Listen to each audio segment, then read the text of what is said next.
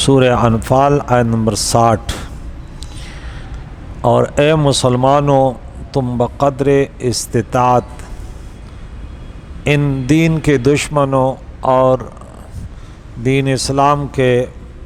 باغیوں سے مقابلے کے لیے ہتھیار تیار رکھو، ان کے لیے گھوڑے تیار رکھو، ان سے اللہ اور اپنے دشمنوں کو ڈراؤ،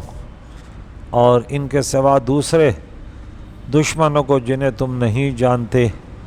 اللہ انہیں جانتا ہے، اور تم اللہ کے راہ میں جو کچھ بھی خرچ کرو گے اس کا تمہیں پورا پورا بدلہ اجر دیا جائے گا، اور تم پر ظلم نہیں کیا جائے گا۔ آج اس میں تیسرا درس ہے کہ دین کے سربلندی کے لیے لوگوں کو اللہ کی دین کے طرف بلانے کے لیے اور جہنم سے راستے سے بچانے کے لیے اس پر اعتراضات اور اس کے جوابات، اس جدوجہد اور جہاد کی مشروعیت اور اس کی فضیلت اور اس کی ترغیب، تحریض اور تحریک میں آیات اور احادیث بہت زیادہ ہیں۔ جہاد کی مشروعیت پر یہ اعتراض ہوتا کہ سیدنا محمد صلی اللہ علیہ وسلم کے اوصاف حمیدہ میں سے سب سے خاص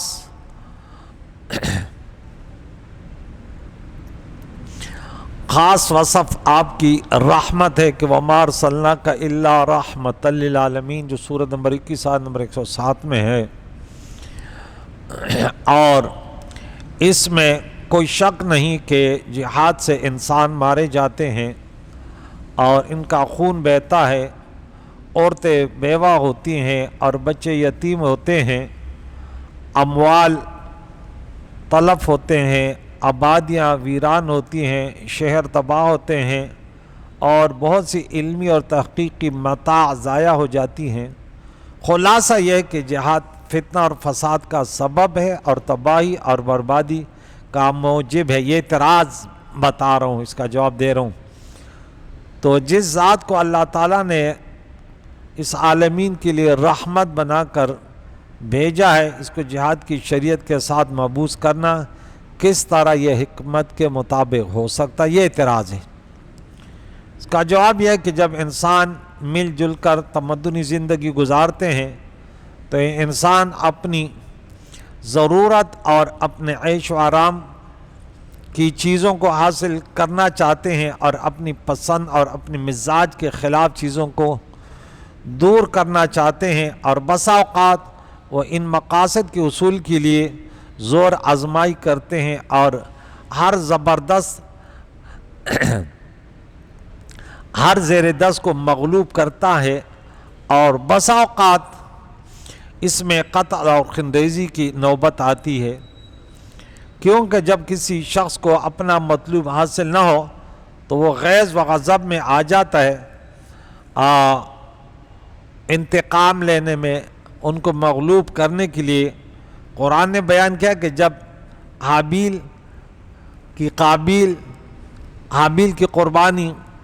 قبول ہوئی اور قابیل کی قربانی قبول نہ ہوئی تو قابیل نے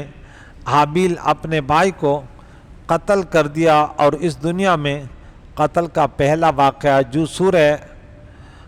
مائدہ آیت نمبر 27 میں رب کریم نے وَاتْلُ عَلَيْهِمْ نَبَأَ ابْنَيْ آدَمَ بِالْحَقِّ، یہ واقعہ تفصیل سے موجود ہے، تو کہ آپ انہیں بیان کر آدم علیہ السلام کا دو بیٹوں کا واقعہ، سچا واقعہ، کہ جب ان دونوں نے قربانی کی، ایک کی قربانی قبول ہوئی وَلَمْ يُتَقَبَّلْ مِنَ الْآخَرِ، دوسرے کی قربانی قبول نہیں ہوئی، تو جس کی قربانی قبول نہیں ہوئی اس نے کیا کہا کہ میں تمہیں قتل کر دوں گا۔ قَالَ لَأَقْتُلَنَّكَ قَالَ إِنَّمَا يَتَقَبَّلُ اللَّهُ مِنَ الْمُتَّقِينَ، تو حابیل نے جواب دیا کہ اللہ کی شان ہے کہ وہ پرہیزگاروں کی قربانیاں قبول فرماتا ہے، لہذا انسان کے مٹیریل میں، اس کے فطرے میں جب پیدا کیا گیا تو فرشتوں نے دیکھ کر کہا تھا أَتَجْعَلُ فِيهَا مَن يُفْسِدُ فِيهَا وَيَسْفِكُ الدِّمَاءَ، نیز اس سے یہ بھی معلوم ہوا کہ قتل اور خونریزی انسان کی فطرت میں ہے، اب اس کو مغلوب کرنا، فرشتوں نے تو دیکھا کہ ایک تو عقل ہے لیکن اس پر دو چیزیں بھاری رہیں گی جو شہوت اور غضب ہے. لیکن اللہ تعالیٰ نے اس شہوت اور غضب کے لیے انسان کے لیے زندگی میں ایک ایسا راستہ بنایا کہ اس میں یہ دونوں ختم بھی ہو جائیں گے اور اللہ کی رضا بھی. ایک کے لیے نکاح رکھا، دوسرے کے لیے دین کی تبلیغ جس کا نام جہاد رکھا. تو عقل تو ویسے بھی ان کے ساتھ ہو، تو نے ایک راستے پر چل دیے، تو اس لیے رب نے فرمایا کہ انی عالم ما لا تعلمون. فرشتوں تم تو یہ دو مادے دیکھ کر کہ ایک پر غالب آگا، لیکن میں یہ دیکھتا ہوں کہ تینوں ایک ساتھ چل پڑیں گے. سمجھ آ گئی؟ تو اور شریعت اسلامیہ میں باقی پچھلی تمام شریعتوں کے مقابلے میں انسان پر زیادہ رحمت اور شفقت ہے. اس لیے اسلام نے یہ چاہا کہ انسان اپنے سفلی جذبات، حیوانی خواہشوں کو پورا کرنے اور زور آور سلطنت حاصل کرنے کے لیے جو قتل و خونریزی کرتا ہے اس کا رخ موڑ دیا جائے، اور بجائے اس کے کہ انسان اپنی شہوت اور غضب کے تقاضوں کو پورے کرنے کے لیے انسان کا خون بہائے، وہ عدل انسان کے فروغ دینے، اعلیٰ ملکوتی اقتدار کے حصول اور اللہ کی زمین پر اللہ کے احکام نافذ کرنے کے لیے مجرموں اور اللہ کے باغیوں کا خون بہائے، تاکہ دنیا سے کفر اور شرک، ظلم اور سرکشی اور فحاشی اور بے حیائی کی جڑیں کاٹ دی جائے، اور دنیا سے شر و فساد دور ہو جائے، اور اللہ تعالیٰ اس انسان کو ان مادوں کے ذریعے جو ان کے اندر ہے وہ اس راستے پر چل رہے. اس لیے اللہ کے دین کے قریب جو آیا، اس نے دین سیکھا، تو پھر ان دونوں کو وہ اچھا سمجھتا ہے. اور یہ تمام ادیان میں ایسے نہیں کہ صرف تمام شریعتوں میں، صرف شریعت محمدی میں نہیں ہے، بلکہ یہ دیکھیں بنی اسرائیل میں بھی یہی طریقہ رہا. ہم نے یہ واقعہ پڑھا تھا یہاں سے، فَلَمَّا فَصَّلَ طَالُوتُ بِالْجُنُودِ قَالَ إِنَّ اللَّهَ مُبْتَلِيكُم بِنَهَرٍ. آیت نمبر 149 سے یہاں سے شروع ہوتا ہے، 249 سے. تو یہ اہل کتاب تھے، تو یہاں یہ اعتراض بے جا ہے. رب کریم نے فرمایا وَلَوْلَا دَفْعُ اللَّهِ النَّاسَ بَعْضَهُم بِبَعْضٍ. اللہ تعالیٰ کا یہ دفع کرنا بعض لوگوں کو بعض کے ذریعے، تو لفسدت الارض، و زمین ویران ہو جاتی تھی، فساد ہو جاتی. لیکن اللہ فضل والا ہے تمام جہان والوں پر. سورہ بقرہ آیت نمبر 251، یہ بنی اسرائیل یہ جو ابھی میں نے واقعہ کی در سرب کیا اسی میں ہے. اور سورہ حج میں ہے وَلَوْلَا دَفْعُ اللَّهِ النَّاسَ بَعْضَهُم بِبَعْضٍ، وہی معنی لَهُدِّمَتْ صَوَامِعُ وَبِيعٌ وَصَلَوَاتٌ وَمَسَاجِدُ. اگر بعض ظالم لوگوں کو بعض عادل لوگوں سے انہیں دور نہ کیا جاتا، ان کے فساد کو روکا نہ جاتا، تو راہبوں کی عبادت گاہیں اور گرجے اور کلیسے اور مسجد جن میں اللہ کا کثرت سے ذکر کیا جاتا ہے، یذکر فی اسم اللہ کثیرا وَلَيَنْصُرَنَّ اللَّهُ مَن يَنْصُرَهُ. اور یقیناً اللہ تعالیٰ ان کی مدد فرمائے گا جو اس دین کی مدد کرتا ہے. بے شک اللہ قوت والا ہے اور غالب ہے. تو یا ایھا الذین آمنوا ان تنصروا اللہ ینصرکم ویثبت اقدامکم. اس حکمت کی بنا پر اللہ تعالیٰ نے جہاد کو مشروع کیا، اور جہاد اور قتال کی مشروعیت سے صرف یہ مقصد تھا کہ لوگوں کو زمین پر اللہ کی عبادت پر قدرت مہیا کی جائے اور شر اور فساد کا قلع کم کیا جائے. یہ نہ کہ عورتوں کو بیوہ کیا جائے، بچوں کو یتیم کیا جائے. یہ مقصد نہیں ہے. مقصد لوگوں کو جہنم سے بچانا ہے، شر و فساد کو ختم کرنا ہے، یا اس کو کم کر دیا جائے یا اس کو ختم کیا جائے. اور تمام تمدنی مذاہب اور شریعتوں کا یہی مقصد رہا ہے. اور اس مقصد کے حصول کے لیے اللہ رب العزت نے کافروں، ظالموں، باغیوں اور مجرموں سے قتال کو مشروع کیا. ہر چند کے قتال اور جہاد سے انسانوں کا خون بہتا ہے، عورتیں بیوہ اور بچے یتیم ہوتے ہیں. لیکن اسے دنیا میں توحید، عدل، انصاف اور خیر کثیر کا حصول ہوتا ہے. اور خیر کثیر کے حصول کے لیے شر قلیل کو برداشت کرنا ناگزیر ہوتا ہے. بلکہ اس شر قلیل کو برداشت کرنا خیر کثیر ہے، اور شر قلیل کی وجہ سے خیر کثیر کو ترک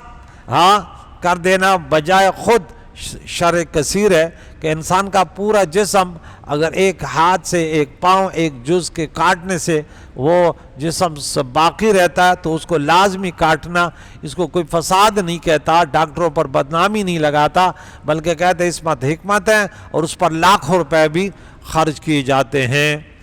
تو پھر اس کی قسمیں ہیں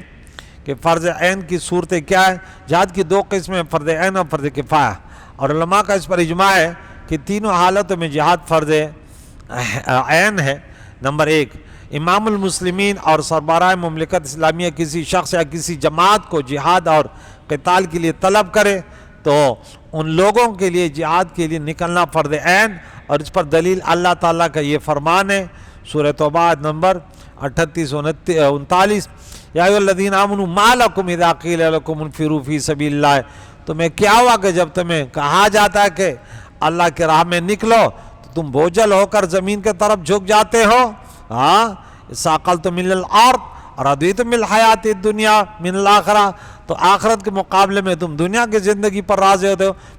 فما متاع الحیات الدنیا فی الآخرۃ الا قلیل، تو آخرت کے مقابلے میں دنیا کی زندگی انتہائی قلیل ہے۔ الا تنفروا یعذبکم عذابا علیما، اور فرمایا اگر بلاتے وقت تم نہیں نکلو گے تو اللہ تمہیں دردناک عذاب سے دو چار فرما دے گا، وَيَسْتَبْدِلْ قَوْمًا غَيْرَكُمْ، تمہیں فنا کر کے ایسی قوم کو اللہ پیدا کرے گا جو جہاد کریں گے، وَلَا تَضُرُّوا شَيْئًا، اور تم اللہ کا کچھ بھی نہیں بگاڑ سکتے، وَاللَّهُ عَلَىٰ كُلِّ شَيْءٍ قَدِيرٌ۔ اور اس آیت کی دلالت اس طرح ہے کہ اللہ تعالیٰ نے امام المسلمین کے طلب کرنے کے بعد جہاد کے لیے نکلنے میں سستی کرنے والوں کی مذمت کی، اور جہاد کے لیے نہ نکلنے والوں کو عذاب کی وعید سنائی، اور امام المسلمین کے طلب کرنے پر جہاد کے فرض عین ہونے پر یہ حدیث بھی دلالت کرتی کہ عبداللہ ابن عباس رضی اللہ تعالیٰ عنہما نے بیان کیا کہ رسول اللہ صلی اللہ علیہ وسلم نے فتح مکہ کے دن فرمایا اب مکہ سے مدینہ کی طرف ہجرت نہیں ہے لیکن جہاد اور نیت ہے، اور جہاد تم کو جہاد کے لیے طلب کیا جائے تو جہاد کے لیے نکلو، پھر فرض ہے۔ بخاری کی حدیث اور مسلم کی حدیث، ابو داؤد کی حدیث، ترمذی کی حدیث، صحیح حدیث ہیں مختلف کتابوں میں۔ اس حدیث کی دلالت اس طرح ہے کہ حضور علیہ السلام نے امام کے طلب کرنے کے بعد جہاد کے لیے نکلنے کا امر فرمایا، اور امر وجوب کے لیے آتا ہے، فرضیت کے لیے آتا ہے۔ نمبر دو، جہاد کے فرض عین ہونے کی دوسری صورت یہ ہے کہ دشمن مسلمانوں کے کسی شہر پر حملہ کر کے اس میں داخل ہو جائے یا ان کے مملکت کے کسی حصے پر قبضہ کر لے تو اس وقت دشمن سے قتال کرنا فرض عین ہے، اور اس کی فرضیت اجماع امت سے ثابت ہے۔ نمبر تین، جہاد کی فرضیت فرض عین کی تیسری صورت یہ ہے کہ جب دشمن سے صف بصف مقابلہ ہو رہا ہو تو اس وقت دشمن سے پیٹ پھیر کر بھاگنا حرام ہے۔ یا ایھا الذین آمنوا سورہ انفال میں آیت نمبر 15 میں گزر چکا ہے کہ اذا لقیتم الذین کفروا زحفا فلا تولوهم الادبار، جب میدان جنگ میں تمہارا کفار سے مقابلہ ہو تو پیٹ نہ پھیرو جب دشمن۔ اچھا، اب اس کے علاوہ فرض کفایہ ہے تو اس کے لیے بھی قرآن میں حکم ہے، جب دشمن مسلمانوں کے ملک پر حملہ کرے، نہ اس کے کسی حصے پر قبضہ کرے، نہ امام مسلمین کو جہاد کے لیے طلب کرے، یعنی بادشاہ وقت طلب نہ کرے، تو تبلیغ اسلام کے لیے کفار پر حملہ کرنا، جیسے صحابہ کرام دین کے تبلیغ کے لیے وہ آگے بڑھتے گئے، اور وہ سورہ نساء کی آیت نمبر 95 لا یستوی القاعدون من المؤمنین، وہ لوگ جو جہاد میں نہیں جاتے بیٹھے ہوئے غیر الضرر، جنہیں کوئی تکلیف بھی نہیں ہے، بیمار بھی نہیں ہے، تو والمجاہدون فی سبیل اللہ، اللہ کے راہ میں جہاد کرنے والے اپنے مالوں کے ذریعے جانوں کے ذریعے، اللہ نے جہاد کرنے والوں کو جو اپنے مال و جانوں سے جہاد کرتے ہیں اللہ نے بیٹھنے والوں پر اس کو درجہ دیا۔ آگے فرمایا وَكُلًّا وَعَدَ اللَّهُ الْحُسْنَىٰ، لیکن جو نہیں گئے ان سے بھی اللہ نے حسنہ کا وعدہ کیا، اللہ نے مجاہدوں کو بیٹھنے والوں پر اجر عظیم عطا فرمایا۔ تو اس آیت کے جہاد کے فرض کفایہ ہونے پر اس طرح دلالت ہے، دلیل کیا ہے کہ یہ جہاد فرض کفایہ، وہاں تو ہے جو نہیں جائے گا تو اللہ انہیں عذاب دردناک عذاب سے دوچار کرے گا، یہاں ہے کہ نہیں، جو نہیں گئے ان سے بھی وعدہ ہے، جو گئے ان سے بھی وعدہ ہے۔ تو اس پر یہ دلالت ہے کہ اللہ تعالیٰ نے جہاد کرنے والوں اور بلا عذر جہاد نہ کرنے والوں دونوں سے اچھا اجر کا وعدہ فرمایا، البتہ جہاد کرنے والوں کو زیادہ اجر و ثواب کی بشارت دی ہے۔ اگر ہر جہاد فرض عین ہوتا تو جہاد نہ کرنے والوں کو یہاں پہ اللہ یہ نہیں فرماتا کہ وَقُلْنَا وَعَدَ اللَّهُ الْحُسْنَى، جیسے سورہ توبہ کے آیت نمبر 38-39 میں فرمایا، ٹھیک ہے، اور ان سے اچھے اجر کا وعدہ نہ فرماتا، کیونکہ مقصود تو اللہ کی دین کی سربلندی اور تبلیغ اسلام ہے۔ سو جن مسلمانوں نے اس فریضے کو ادا کر لیا تو باقی مسلمانوں سے اس کی فرضیت ساقط ہو گئی، جیسا کہ تمام فروض کفایہ میں ہوتا ہے۔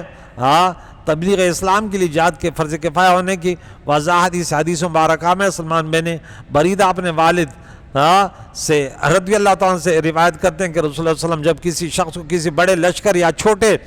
لشکر کا امیر بناتے تو ان کو خاص طور پر اللہ سے ڈرنے کی وصیت فرماتے، اور اس امیر کے ساتھ جو مسلمان ہوتے ان کے ساتھ حسن سلوک کی نصیحت کرتے، پھر فرماتے اللہ کا نام لے کر اللہ کے راہ میں جنگ کرو، جو لوگ اللہ کے ساتھ کفر کریں ان کے خلاف قتال کرو، خیانت نہ کرو، عہد شکنی نہ کرو، مسئلہ نہ کرو، کسی شخص کے اعضاء کاٹ کر اس کی شکل نہ بگاڑو، کسی بچے کو قتل نہ کرو، اور جب تمہارا مشرکین میں سے اپنے دشمنوں سے مقابلہ ہو تو ان کو 3 چیزوں کی دعوت دو، وہ ان میں سے جس چیز کو بھی مان لے تم ان کو ان سے قبول کر لو، اور پھر ان پر حملہ کرنے سے رک جاؤ۔ ان کو یہ دعوت دو کہ وہ اپنے شہر سے دار مہاجرین کے طرف منتقل ہو جائیں، اور ان کے بتاؤ کہ اور انہیں یہ بتاؤ کہ اگر انہوں نے ایسا کر لیا تو ان کے وہ حقوق ہوں گے جو مہاجرین کے حقوق ہے، اور ان پر وہ چیزیں فرض ہوں گی جو مہاجرین پر فرض ہیں، اور اگر وہ اپنے شہر سے منتقل ہونے سے انکار کریں تو وہ مسلمان عرابیوں کی طرح ہوں گے، اور ان پر اللہ کا وہ حکم جاری ہوگا جو مومنین پر جاری ہے، اور مال غنیمت اور فے میں ان کا کوئی حصہ نہیں ہوگا۔ البتہ اگر وہ مسلمانوں کے ساتھ جہاد کریں تو پھر ان کا حصہ ہوگا، اگر وہ اس کا بھی انکار کریں تو پھر ان سے جزیہ کا سوال کرو، اگر وہ اس کو مان لے تو پھر ان سے جزیہ قبول کر لو، یہ دوسری بات تھی، اور ان پر حملہ کرنے سے رک جاؤ، اگر وہ اس سے کا بھی انکار کریں تو اللہ سے مدد حاصل کر کے ان سے قتال کرو، اور جب تم قلعہ میں بند لوگوں کا محاصرہ کرو اور وہ ارادہ کریں کہ تم ان کے لیے اللہ اور اس کے رسول کے ضامن بناؤ تو تم اللہ اور اس کے رسول کو ضامن نہ بناؤ، لیکن تم اپنے اور اپنے اصحاب کے ضمانت دو، کیونکہ اگر تم نے اپنے اور اپنے اصحاب کی ذمہ داری کو ادا نہ کیا تو یہ اس سے آسان ہے کہ تم اللہ اور اس کے رسول کے طرف ضمانت توڑنے کی نسبت کرو، اور جب تم قلعہ والوں کا محاصرہ کرو اور وہ یہ ارادہ کریں کہ تم ان کو اللہ کے حکم سے قلعے سے باہر لاؤ تو تم اللہ کے حکم سے ان کو باہر نہ لانا، لیکن تم ان کو اپنے حکم سے قلعے سے نکالنا، کیونکہ تم نہیں جانتے کہ تم نے اللہ کے حکم کے مطابق فیصلہ کیا ہے یا نہیں، کہ مسلم وغیرہ کی حدیث مبارکہ ہے۔ آگے بھی فرمایا کہ جب کافر اپنے ملکوں میں ہوں تو جو مسلمان ان سے جہاد کرنے پر قادر ہوں ان پر تبلیغ دین اور اسلام کی سربلندی کے لیے کافروں سے جہاد کرنا فرض کفایہ، اگر کسی ملک کے مسلمان بھی کافروں سے جہاد نہ کریں تو پھر دنیا کے تمام مسلمان گنہگار ہوں گے، اور جب تک دنیا میں مسلم اقوام تبلیغ دین اور اعلاء کلمۃ اللہ کے لیے کفر اور باطل قوتوں سے جہاد کرتی رہیں وہ دنیا میں عزت اور سربلندی کے ساتھ زندہ رہیں گے مسلمان، اور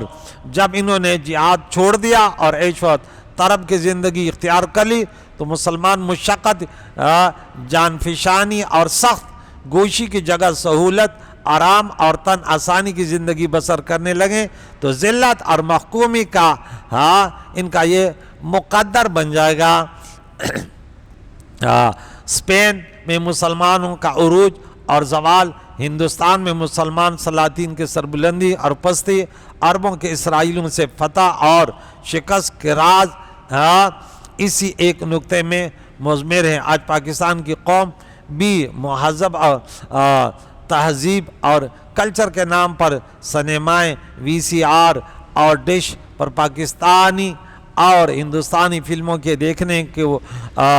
وفور شوق میں مبتلا ہیں اور میوزک کے شور میں ڈوبی ہوئی ہیں، اور فلموں میں جو فحائش اور نیم عریانی تہذیب دکھائی جاتی ہے، اس کو علمی زندگی میں آرٹ اور فیشن کے نام پر فروغ دیے جا رہے ہیں۔ یہی وجہ ہے کہ سقوط مشرق پاکستان کے موقع پر 90,000 فوجیوں نے ہتھیار ڈال کر مسلمانوں کی عسکری تاریخ کی بدترین مثال قائم کی۔ تو ان کے علاوہ بھی ہم اس موضوع پر مزید چھیڑیں گے۔ تو جہاد ایک اہم عبادت ہے، اس میں نیت اچھی ہونی چاہیے کہ لوگوں کو فساد سے بچانا ہے، لوگوں کے مال و جانوں کی حفاظت کرنی ہے، انسان کی تخلیق کے جو مقاصد ہیں کہ وما خلقت الجن والانس اسی طرف لانا ہے، کیونکہ جب انسان دین سے دور ہوتا ہے تو حیوانوں سے بھی بدتر ہوتا ہے۔ پھر ان کے سمجھانے کے لیے جب اگر اس کو سامنے بیٹھاؤ گے، جب اس کا مخاطبہ ہوگا، سامنا ہوگا، تو ان کو خود بخود پتہ چلے گا کہ یہ راستہ غلط ہے۔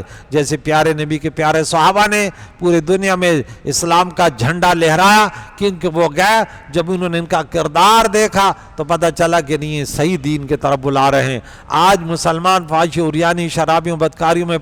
مبتلا ہوا تو دوسرے بھی مذاق اڑا رہے ہیں۔ کریم مولا سے دعا ہے پیارے قرآن پاک کی پیارے تعلیماتوں کو سیکھ کر اس پر عمل کر کہ دوسری دنیا تک اس پیغام کو پہنچانے کی توفیق عطا فرمائے۔ وصلی اللہ تعالی محمد و صحبہ اجمعین۔